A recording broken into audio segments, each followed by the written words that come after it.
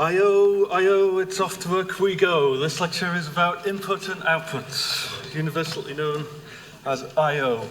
So far in the module we have built up all the components we need to build a computer. We looked at how these components evolved over time, over history, how they're built out of electronic, digital logic. We went into the heart of the CPU, and now we're on the come down. We came out of the CPU into memory last week. We're going to go further away from the CPU into the rest of the computer, into the devices which enable it to connect to the real world through input and output. After this, we're going to look at some particular styles of contemporary architectures like embedded and parallel systems, a bunch of real world and futuristic architectures.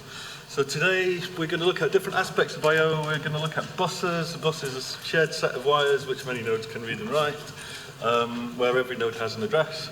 We're going to look at I/O modules, which are the things that connect to a bus, which have addresses, which interface to your devices that do the actual work. In the second half of the lecture, as usual, we're going to look at some more applied stuff. We're going to look at particular types of buses that are found on modern computers, which is basically looking at lots of different kinds of wire. This is probably the most nerdy part of the whole module, learning about different kinds of wire. We'll look at a few examples of devices that actually hang off of these modules. So just to give an overview of what I/O is, computers do two things. We've spent a lot of time talking about processing data. This is what the CPU is doing. It's implementing an algorithm. That's completely useless if your data isn't coming from somewhere. Your computer has to be connected to the real world. It's got to have inputs and outputs. It's a way of giving the data meaning, linking it to something that's come from a sensor or some kind of input or output device.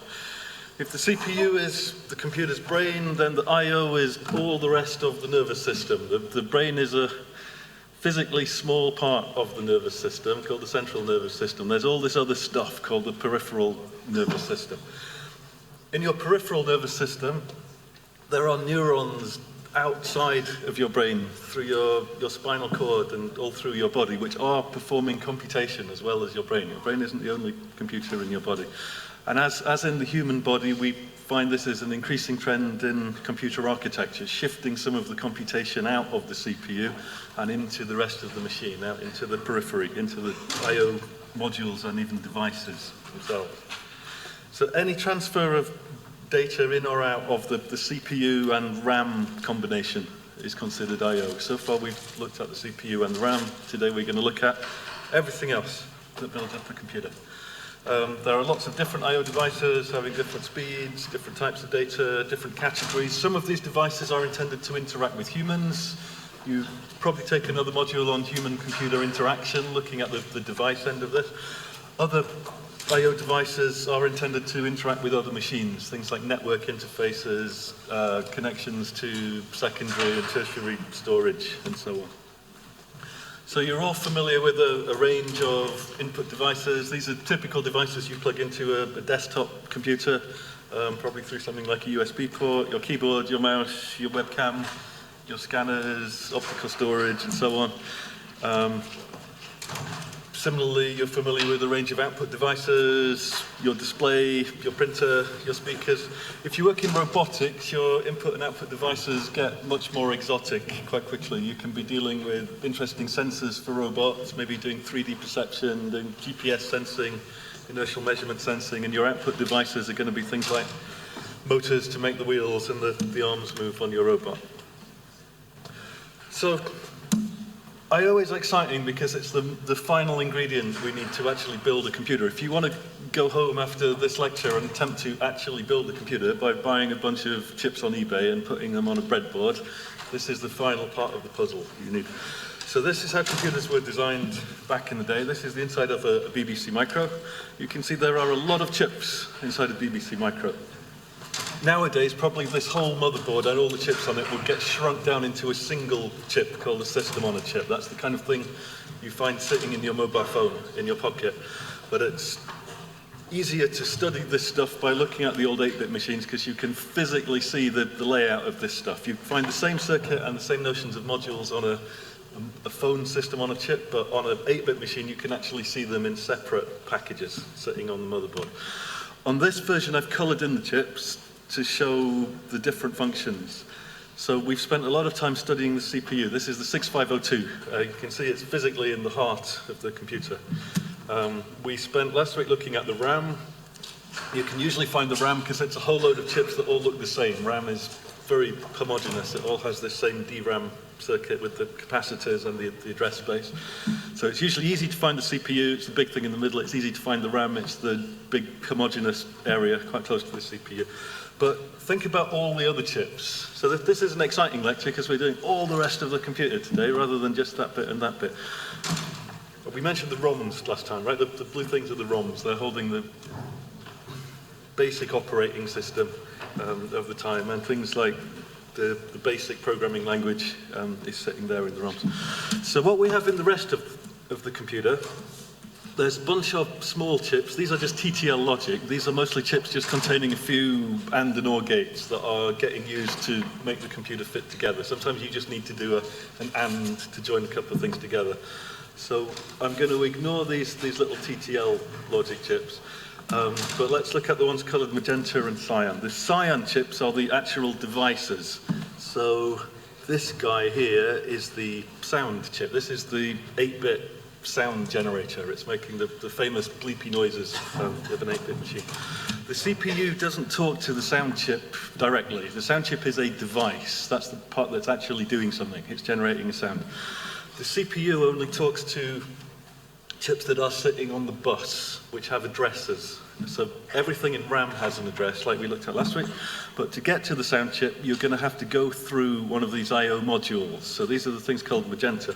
The I/O modules are sitting on the same bus as the RAM, so the CPU can talk to them, and they're going to translate commands coming in from the CPU and pass them on to the devices themselves. And you see this pattern all over the structure of the BBC Micro. You can see these I/O modules are kind of circling the CPU, and then when you go beyond them, you get to the actual devices. So there's actual devices for doing networking, for talking to the keyboard and the mouse, and so on, all going through these I/O modules. If you were a computer designer at this time then, your job was mostly just to buy chips from a chip company in Silicon Valley. Most of these chips are just bought in. A lot of them are made by the MOS company. You would then decide what combination of chips to put together, and maybe you'd make just a few custom chips that are mostly going to be this kind of I/O module level. They're mostly going to translate commands coming from the CPU. They're going to give things a place in the address space, and they're going to pass them on to the particular types of devices that you've put in there. So a sound chip doesn't know anything about the structure of the BBC Micro. It has its own interface. You give it voltages to make different kinds of 8-bit bleepy noise. So your I/O module is going to be responsible for taking stuff in the address space of the computer and turning it into commands specific to that chip. It's an interface. It's very similar to a header file in C. It's giving you the interface between the CPU that's calling it and how the thing gets implemented on the inside. Okay, so the structure of the I/O system looks like this. We've so far studied the CPU and the memory, and we've talked about the buses briefly which connect them. So far we've thought of a bus as being a bunch of wires, physical wires connecting the CPU to the RAM. Every location in RAM has an address, and you can read and write to those addresses. But also sitting on the bus, we can put these other things called I/O modules. These also have addresses. They're going to look a lot like RAM from the CPU's point of view, but they're going to do other things. They're going to go out and interface with devices in the real world. Sometimes these devices are inside the computer, like the BBC Micro sound chip. Sometimes they're physically outside the computer, like a webcam that's connected to the computer by a wire going outside the box. So let's study the concept of a bus in a little more detail then. What exactly is a bus? The word bus comes from omnibus, like the bus you get on in public transport. An omnibus is a public place. The man on the Clapham omnibus is a common man because he's using public transport. And a computer bus is a similar idea. It is a public place. Any node inside the computer can see what is happening on the bus. Any of these nodes can use the bus, they can read to it, they can write to it. This may have security implications, because if you're a hacker, hardware hacker, you might want to go in and install something that listens to a bus and sniffs it and detects what messages other nodes are sending, or even put out malicious messages onto a bus. So you have to be trusted to be allowed on the bus. A bus is therefore a specific type of network architecture. You guys will do other modules in network theory more generally, so you don't have to do communications via buses. But specifically, this is a wire or a set of wires that everyone can share. So everyone sitting on the bus has an address, and if you want to send a message to someone else sitting on the bus, you have to say who the message is for. You're going to state their address and then state the message you're sending to them. So a simple example of a bus architecture is the prison water pipe tapping system. If you're ever locked in a prison and an evil prison guard is playing game theory with you by forcing you to decide whether to grass on your opponent or not, and you're not allowed to communicate with them, and you want to communicate with them, you can tap your message in Morse code on the water pipes in the prison, because every cell in the prison has the same pipe network. So if you tap a Morse code message on your pipe, that's going to echo through the whole prison, and everyone can hear what you're saying to your friend. If you're in a big prison, this is going to get quite complicated because everyone wants to talk to everybody else, and immediately you can think of some of the problems, right? What's going to happen if two people try and send the Morse code message at the same time on one of these pipes? You're going to collide and the whole thing just becomes a noisy mess. No one understands anything. So it's important to have some kind of protocol. Usually you're going to have a rule like wait until there's no one else tapping on the pipe before you start tapping on the pipe. Wait until there's a gap in the conversation before you speak.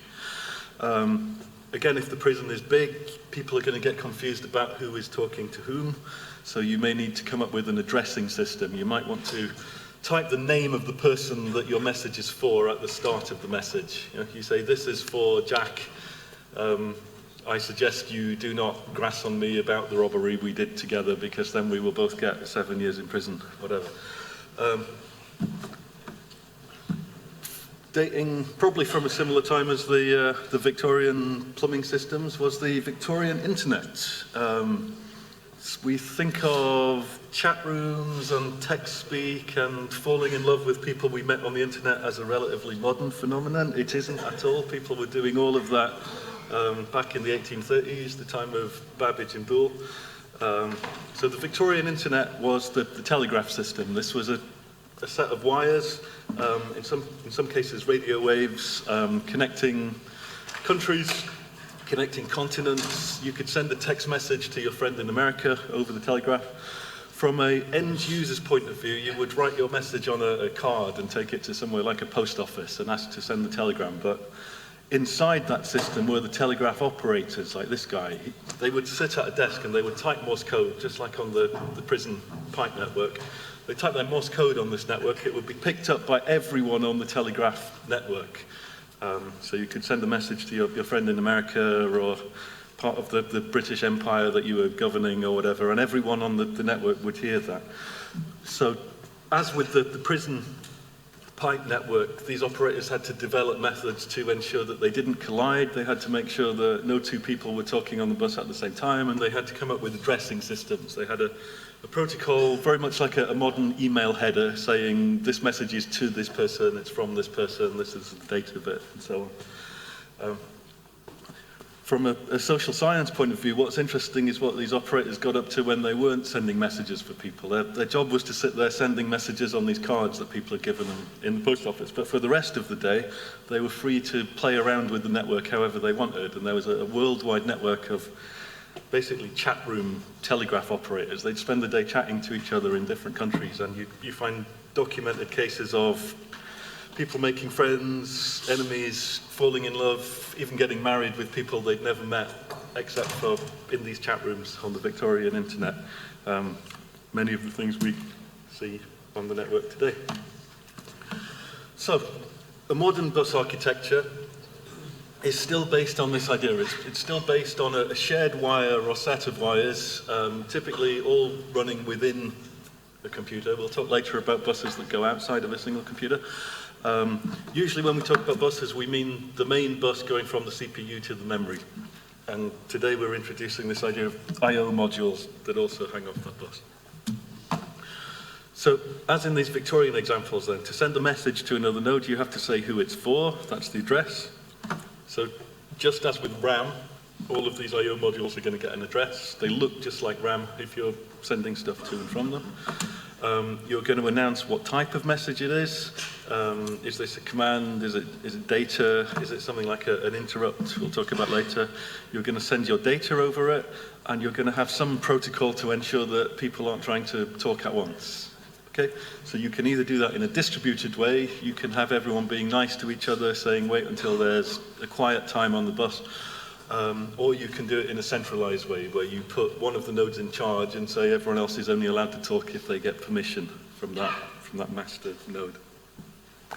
So buses are nice because it's very easy to add new devices. Everyone is using the same protocol, they're all sitting on the same bus. If I want to plug in a new I/O module, if I want to just plug in an extra chip to my BBC Micro, I can just sit it there on the bus. As long as it has a new address, it's going to play very nicely with everyone who's already there. It's cheap to implement because there's only one set of wires. Imagine if we had all these modules talking to each other in a pairwise topology, you'd need a lot of wire. This would get out of hand very quickly. The problems with the bus then is it can be a bottleneck. If you have a lot of modules sitting on the bus all trying to talk to each other at once, you can run out of capacity and everyone has to wait for each other. That can slow the system down. The performance can also get dragged down by various physical factors to do with the length of the wire, the numbers of connections sitting on the wire. So typically these are used inside a computer. The wires are physically quite short. They're just going through tens of centimeters of space inside of a computer. We should distinguish buses from other types of networks. You'll study these in a lot more detail in your networking module. For example, a bus is not a point-to-point connection. This is where you have two nodes and they just talk directly to each other. You might do networking, for example, putting radio antennas on two buildings, getting them to speak to each other.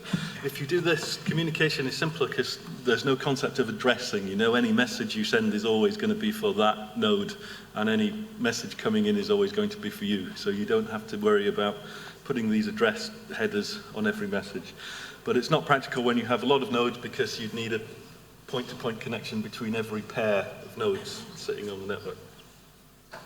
A bus is also not a mesh network like the internet. A mesh network is where you have the same concept of addressing as a bus, but you don't have a shared wire that everyone is putting their messages on. So in the internet, every machine has an address, and you make a message to send somewhere, you write their address at the start of the message, and then you chuck your message into the network, you chuck it at someone who you think is a little closer to where you want it to go, and they take your message and they think about it, and they find their friend who's a little closer, and gradually your message works its way towards its destination. So this is a much more scalable architecture. You can keep adding more and more nodes to it, as we have done in the internet, and it doesn't run out of capacity because there's always new channels becoming available to get from A to B. If you tried to have the whole internet communicating on a single bus, like in the telegraph system, things would rapidly grind to a halt. When we see buses physically inside our computer, they tend to look like this. This is a motherboard. You can see there are chips on the motherboard, CPU, RAM, and so on. You see the bus appear usually as a bunch of lines moving together in parallel. The main bus is usually a lot of lines connecting the CPU to the RAM and to a bunch of other stuff. These lines are made on a printed circuit board, just out of bits of copper wire that have been deposited on there. And when you see the bus appear on the CPU, it's taking up the majority of the pins. So here's the 8-bit 6502 we saw before. You can see most of these pins start with A or a D. So A is for the address component of the bus. Remember, the 6502 has a 16-bit address space. That means it can address 64 kibibytes of either RAM or I/O modules. That's the total address space. And each one of those addresses can, if it's RAM, it can store an 8-bit data byte, which is sent along the 8 data pins, okay? If you're talking to an I/O module, that's going to appear as if it was a chunk of RAM. So if you want to write something to an I/O module, you're going to send a byte, and if you want to read something, you're going to read a byte. It may or may not be implemented as actual RAM at the other end. But from the CPU's point of view, it's going to see the same set of addresses and the same set of data lines.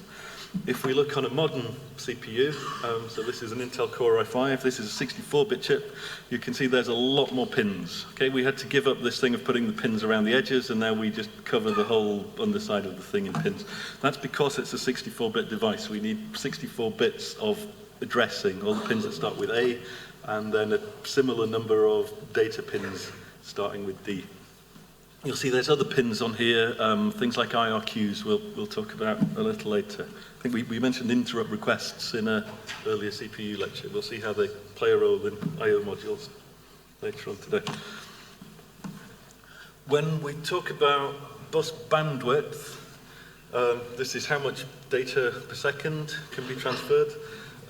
We try and do this all in modern units now, so we're going to do SI kilobits or megabits per second rather than using kibi bits or using bytes. And that bandwidth is made of two factors. It's made by the speed that each lane runs on, multiplied by the number of lanes. So a lane is a wire. You can think of it like a motorway. What's the bandwidth of a motorway? It's the number of lanes you have multiplied by how fast each of the lanes is going. So think of the bus as a motorway with many lanes connecting your CPU to your RAM and to your I/O devices. There's three types of lines that make up one of these buses then. We have the address lines. These are sending the information of who the message is for. By having separate lines, we can transmit it simultaneously with the data, so we don't have to send the address first and then wait a while for the data. We put it all out at once. So here you see the address lines coming out of the CPU, and they're going to get picked up by RAM and by I/O modules, and whoever recognizes their address, you can imagine writing a simple bit of digital logic in Logisim that just tests if a state on that address line matches your address, and if it does, it's going to all go in a big AND gate and turn your device on and make it do something when you see your address. The width of the address bus is important because it determines the maximum capacity of the memory. If you've got a 16-bit address bus, that gives you 64 kibi words of memory to play with. And this has been a major reason for the move from 8 to 16 to 32 to 64-bit architectures, because we want to address more memory. So a little while ago we hit this 4 gigabyte limit. This was if you're storing 8-bit words in a 32-bit address space, then you have 4 GB bytes of addressable memory. And we were starting to run out of that, so now we've moved to 64. I think with 64 bits you get, is it exactly 1 zebi bit of addressable memory, which is, I think, more than all the information in the world currently. So you could certainly imagine indexing every piece of data in a search engine's data store with that. Okay, then we have the control lines. These are used for mediating access to the lines, for negotiating who gets to speak when. Because everyone is sharing the bus, there's got to be some protocol for making everyone behave. You can also use these for transmitting command and timing information.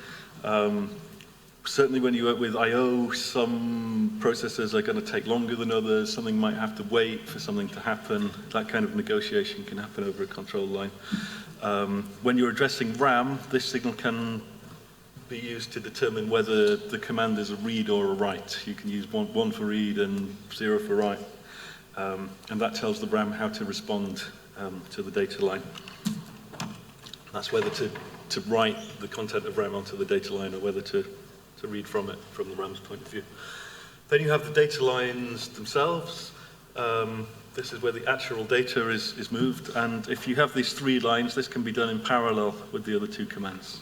So to do a read or a write from RAM, you can send a single set of stuff on the bus. You're going to send the actual data to be written, you're going to send the address that it's going to, and you're going to say a 0 or a 1 on the control line to say this is a write. And this is the key factor in the bandwidth performance. This is how much data per clock cycle you can actually send on the bus. Usually the clock rate of the bus is different from the clock rate of the CPU. The bus is running more slowly than a CPU. So if you're designing a computer or trying to build your own computer from components, you need to think about the bus speed as well as the CPU speed. Otherwise you'll hit a bottleneck. How does the bus interface with the CPU? We've seen the pins coming in, the address pins and the data pins. Where do those pins go inside the CPU? Well, usually we have a couple of special registers that are to do with interfacing to the bus. In Mari, they're called MAR and MBRA, memory address register, memory buffer register. So these are two registers sitting on the CPU. One's going to hold the address of where we want a bus command to come or go, and the other's going to hold the data that's going to or from the data line. So the reason we put these on registers in the CPU is that the bus is a limited resource. We only want to put things on the bus for very short periods of time when we really have to. Otherwise we'll fill it full of time-consuming rubbish and no one else will be able to do anything. So you only want to put a piece of data on the bus for as short as you can. So in terms of the Babbage analytic engine that introduced this architecture, there were registers called the ingress access and the egress access, which served exactly the roles of the MAR and the MBR. One of them is storing the address of which bit of RAM we're going to go to, the other storing the content, either going out or coming in. And the CPU can take its time to set all this up. It can load stuff into those registers. You load in the address of where you want to go, load in the stuff you want to send there. And then when it's all ready, when it's all sitting in the register, you can just press go, and for a brief instant, that thing will be moved onto the bus. So you're minimizing bus usage time. And this stuff's all managed by the control unit of the CPU. The control unit's going to be informed when this stuff is ready, and then it's going to activate a physical wire that makes the connection. In an electrical system, you're just connecting the voltages from those registers onto the voltages of the bus to actually use the bus. The system bus isn't the only bus found in a modern computer. When we talk about the bus, that's usually the bus we mean, as in connecting the CPU to the RAM.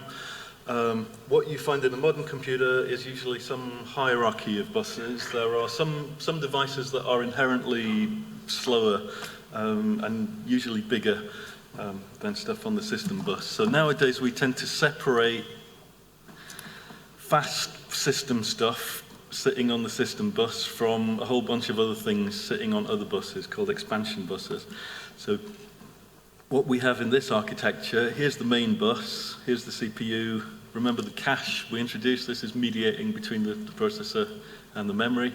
The CPU and the main memory are sitting on the system bus, but then you have one or more of these modules, which is an expansion bus interface. So you could sit I/O modules on the main system bus, but you can also sit them on these expansion buses.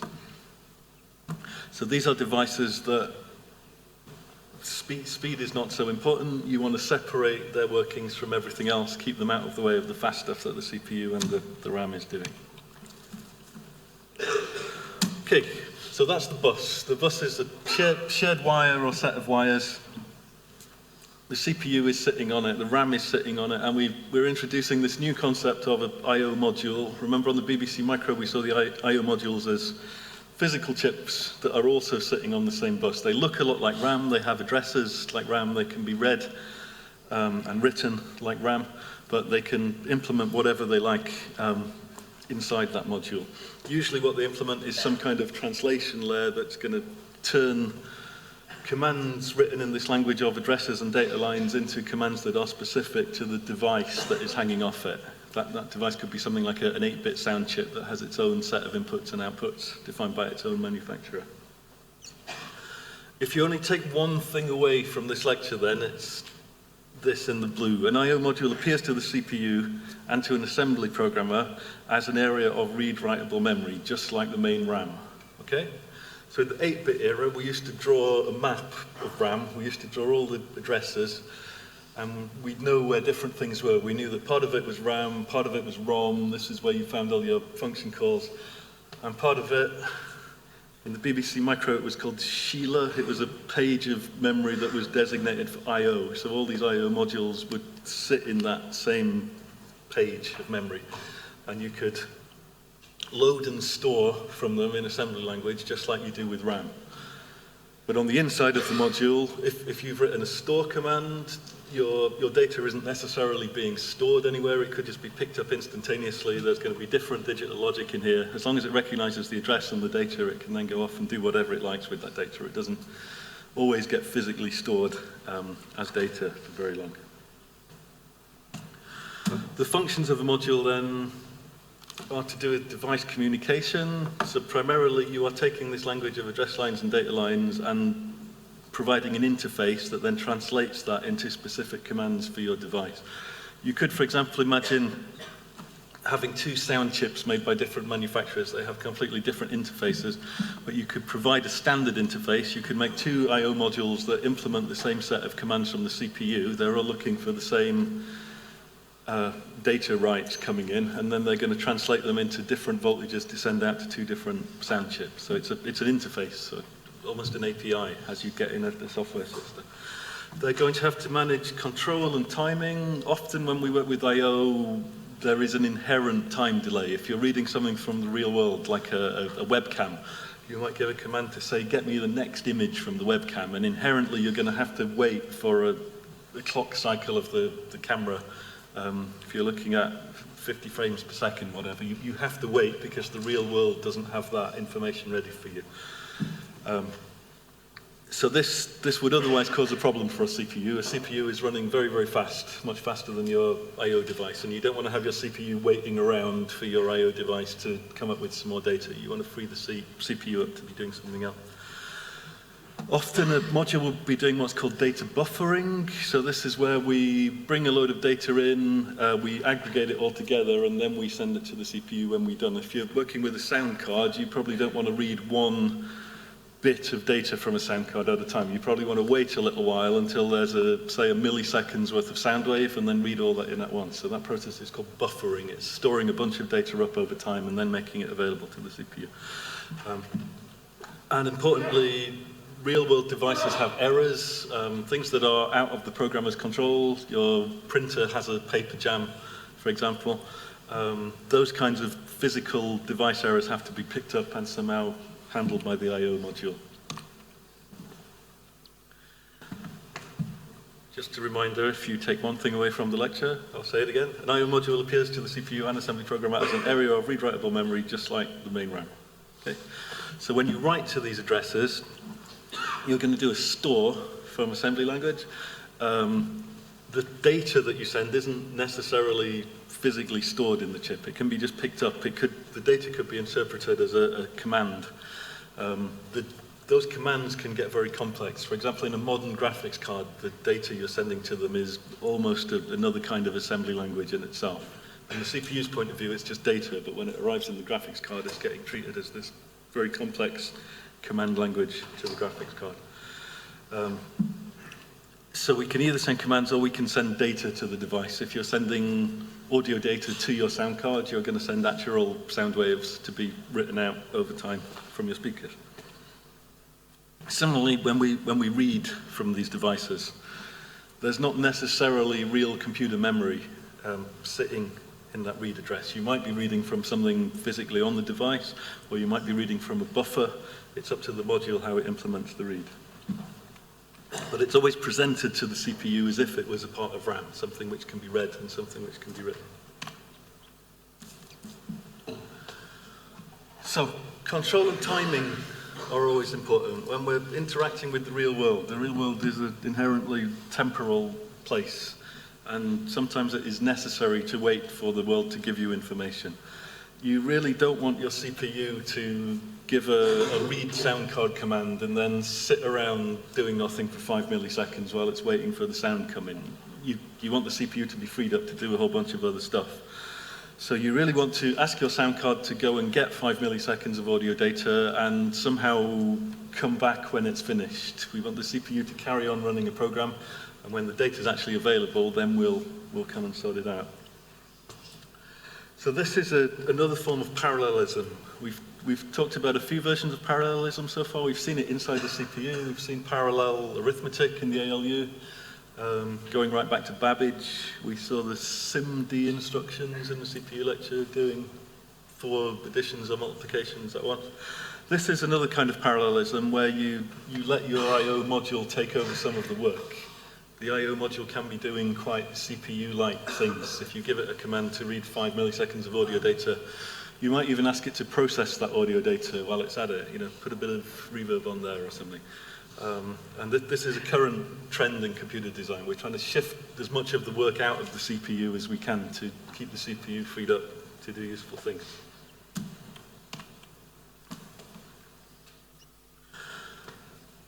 So having an I/O module do its own thing it's often enabled by different forms of data buffering then. The module's going to have some area of memory. This is its own internal memory. It doesn't appear in the regular address space of the computer.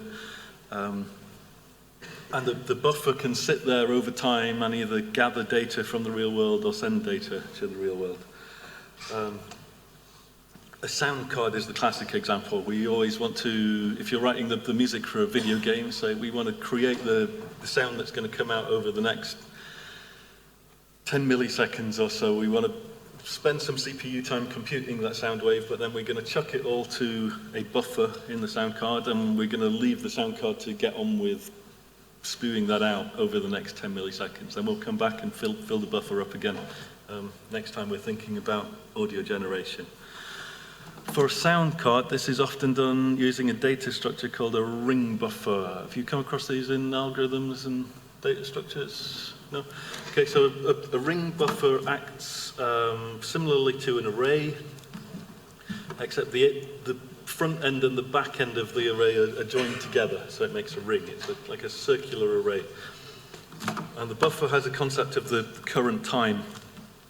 So when we're reading data from it, I can give a command saying, read the next 3 audio samples. It's going to pull out C, D, and E and send them out to the amplifier and the speakers. That will advance the read pointer every time we do that, because it's pulling data off the ring buffer.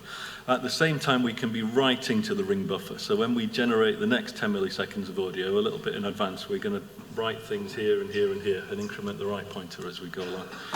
And if you set this up correctly so the read pointer and the write pointer don't collide with each other, you can use this finite chunk of data for infinitely long periods of time. You're constantly reading to it and writing from it.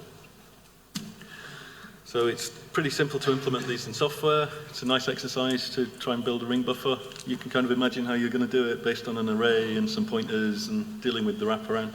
But you can also implement them in hardware. You could build one of these in Logisim, which will give you a fast implementation for something like a sound card where you really have to work in real time to make sure the sound is coming out in an audible fashion. So this is probably what you'll find inside your sound card somewhere. There'll be one or more of these ring buffers. The other kind of buffers you'll see in graphics cards are called double buffers. Anyone use these? Games programmers? So a double buffer is where you have 2 copies of a buffer, typically used for drawing images. So here's our video game. We're building up the next frame to render on the screen. So you're building it up out of sprites. And it takes you some time to do that composition process. You're going to put your background sprites, then your foreground sprites, then maybe some text and the scores and control commands all overlaid on each other. You don't want all of that building process to be visible to your user. You don't want them to see the screen getting built up on every frame, because it would look very flickery. You'd often see the foreground stuff appearing and disappearing at 50 times a second. So what you want to do is have 2 buffers, where one contains the image that is currently being displayed on the screen, an image that is finished. You've already built this up and it's being rendered. And while the screen is connected to that and displaying it, you're going to be spending your time building up the next image in private, in a non-visible buffer. So you have the 2 buffers, double buffering system, and then you have a pointer which says which buffer should currently be linked to the display device. Okay? And so 50 times a second, whatever, you're going to be drawing up your next image, you're going to be displaying that image, and when you finish drawing this one, then you flip the pointer, you say it's okay for the display to come and see the new image now. And that gives you your other buffer available to start drawing the next frame. Okay? So ring buffering, often used for sound, and similar media streams. Double buffering, often used for graphics.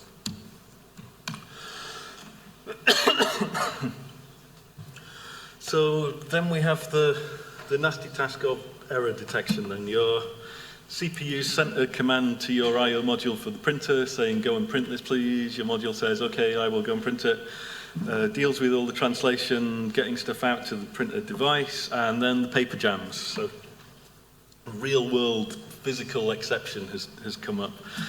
You're going to have to somehow deal with this inside the I/O module. Are we going to interrupt the CPU and tell it to come and fix it? Are we going to try and handle it ourselves? What kind of error handling should sit there? This happens with pretty much every kind of device in the physical world. It could happen, say, with a hard disk. There might be some bad tracks or bad sectors on your hard disk. You've tried to write something there. There's an error. Can we look after this within the I/O module without having to worry the CPU about it? It's like a management structure. Are you going to take control of this task that your boss has given you to write some data on the hard disk? Are you going to try and use your initiative when things go wrong, or are you going to go back to your boss and say, hey, there's a problem, can you help me sort this out? So nowadays we try and push as much of this down as we can. We want the module to be intelligent and doing its own computation. If you've hit a bad hard disk track, go and do something about it. Try using a different track. Use your intelligence and initiative to try and implement what the CPU actually asks you to do. These errors can also come from the communication system itself, particularly when you're dealing with buses that go outside of the computer. If you're dealing with something on the end of a firewire cable, for example, those can be several meters long, and it's possible noise can get into the system and corrupt the messages. So there's this other kind of error handling that an I/O module might have to think about if commands are getting corrupted on the way in or the way out. I just want to distinguish the concept of an I/O module from the concept of a device driver, because some people get confused by this. Are you doing device drivers in operating systems module? Yeah. So a device driver is a different level of abstraction. The device driver is the piece of software that you run on your computer that is the printer driver or the sound card driver. But it's a piece of software. An I/O module is a piece of hardware. It's a physical thing that is sitting on the bus of your computer. The driver is software usually sitting at operating system level. It's usually going to run with kernel privileges and talk to the operating system.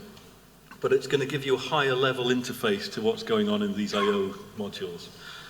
So at least in the 8-bit era, you could talk to I/O devices directly. You could just write to one of these RAM-like addresses, say part of the video RAM. You could put a 1 in video RAM, and it would make a pixel light up on the screen straight away. So nowadays, you usually can't do that because the operating system has taken control of all the I/O modules. It says user programs aren't allowed to go anywhere near this stuff, and so if you want to light that pixel up now, you have to go to the operating system and say, please, Mr. Operating System, or Mrs., or gender-neutral operating system, MUX operating system, right? Please could you light up this pixel for me? And then the operating system is going to have this device driver, which is the software looking after your graphics card and ultimately your display. And that device driver is going to translate the request that you've made into the actual assembly language machine code level instruction to go and write into the I/O module itself. Okay? So the I/O module is a concept from here, from computer architectures. Device drivers is a software concept from your operating systems module, and this is where they fit together. Okay, let's look at the process of making an I/O request. So let's say we want to transfer some data from an external device, maybe your hard disk, to the CPU. You're going to have to go through the same set of steps in most of these transfers then. The CPU is going to ask the I/O module if everything's okay. Is the hard disk actually up and working? I/O module is going to give a reply. Yes, the hard disk is ready. If it's ready, the CPU says, please send me this data, or please please transfer this data into RAM, if you like. At this point, the I/O module is going to go off and actually do stuff. So the back end of the module is going to translate that into commands to the device itself. It's going to send voltages out to the hard disk to make it spin in certain ways. That data is going to come back to the I/O module. Maybe it's going to get buffered there for a while, and then somehow that's going to go back to the CPU when it's ready. Okay? So we need a way to implement this standard sequence of steps. Again, I/O is slow. In the case of a hard disk, you're waiting for the thing to physically spin around, waiting for your sectors to come under the head of the hard disk. So you don't want your CPU sitting around at this point. You want the module to go off and worry about this and somehow come back when it's ready. So there's 3 common ways of doing this, called polling, interrupts, and direct memory access. Polling is the simplest form. Polling is when I'm waiting for you to do your assignment, and every day I'm going to send you a mail saying, have you done your assignment yet? Have you done your assignment yet? Have you done your assignment yet? And every day I have to remember to do this. I'm the CPU. Every day I've got to come in at 9 o'clock in the morning, and I've got to do this as a task, and it's going to take up my time. And I'm actually going to get quite annoyed by both having to remember to do this and then to have to spend time asking you about your assignment every day. So this is a polling request. I'm going to poll you to ask if you've done your assignment yet. So it's easy to implement. You don't need any special hardware or logic, but it's time-consuming and annoying, having to fit that into your schedule. If I'm a busy CPU and I've got 50 other things I want to be doing, I really don't want to have to stop doing them and do all this switching of context and having jobs get in the way of other jobs. So polling is simple. It gives you this direct control, don't need any hardware. But it's annoying. It's inefficient because you have to keep remembering to do this. So the other way I could do this to get your assignment in is I could send you one email right at the start saying, here are the instructions for your assignment. The deadline is next Tuesday. Let me know when you finish your assignment. You send me an email when you're done. And that's called an interrupt. Okay? So I'm going to... Sometimes this is called set and forget. I'm going to set this email off to you with the instructions in it, and then I'm going to forget all about you, and I'm going to get on with my massively more important other work. And then when it gets to next Tuesday, you're going to come back and you're going to interrupt me. You're going to say, please stop what you're doing for a minute. Here's an important thing that's just happened. I've finished my assignment. Now is the time for you to read it. So we saw in the CPU lectures how this can be implemented. You need additional hardware to do this at CPU level because your CPU is going to go off and carry on running its program, and you need a mechanism for that interrupt to come in and say, please come and deal with me now. Please stop what you're doing and do this other thing. So this typically appears as a separate set of pins, physical wires going into the CPU. CPU pins are a very valuable resource. Okay, the number of pins you have determines the size of your CPU, the physical size it's going to take up in a computer, or nowadays in a phone. And especially in phones, you want to minimize the number of pins to keep things small. So implementing interrupts is a big deal because you're putting extra wires into your chip just to handle that. So typically that's going to come in on one of those lines. You're going to put a high voltage on one of those interrupt request lines and say, oi, I'm ready, come and look at my assignment now. And then you have a whole bunch of extra logic inside the CPU that's going to somehow save the state of whatever it was doing before and go and do this other thing and figure out how to come back. That's usually going to get implemented together with the operating system. This is another interface to what you're learning in your operating systems module. Usually at the architectural level, you try and keep this simple. You just have a simple setup that says when an IRQ comes in, do a jump to another location in memory, and that's all the CPU has to care about. Then it's up to the operating system to figure out what it's going to put in that location at memory, how to save the state of everything it was doing, and go and look at your assignment, and then be able to come back to whatever it was doing before. So this is very fast and efficient. It frees the CPU up, but it's tricky to set this stuff up. You have to have the operating system people working together with the architects.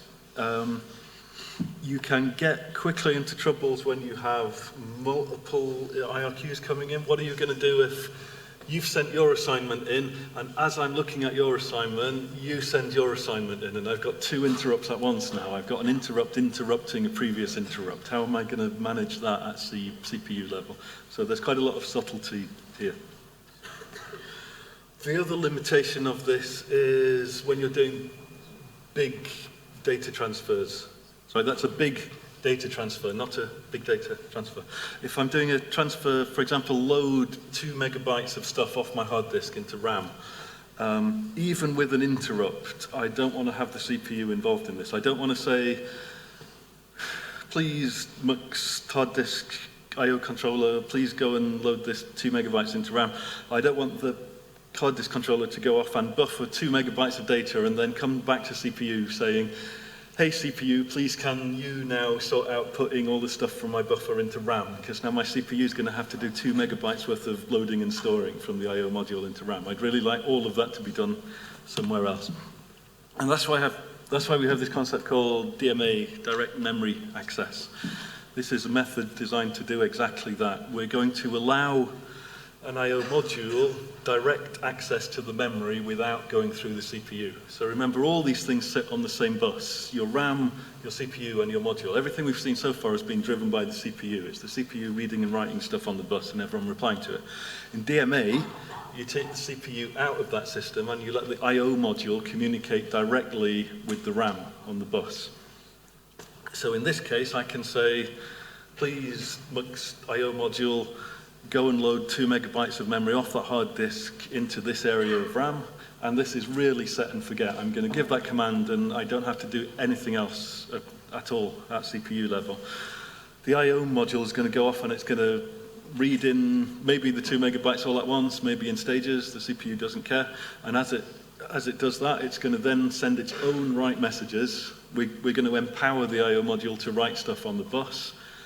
So again, we have to be careful with this because the CPU is wanting to use the bus as well. Now we've got 2 people writing on the bus at once, which gives us these problems like with the water pipes and the telegraph network. But if you can sort out that negotiation, this can relieve the CPU to completely do other things while very large amounts of data, maybe 2 megabytes, are getting sent along the bus from the hard disk into the RAM.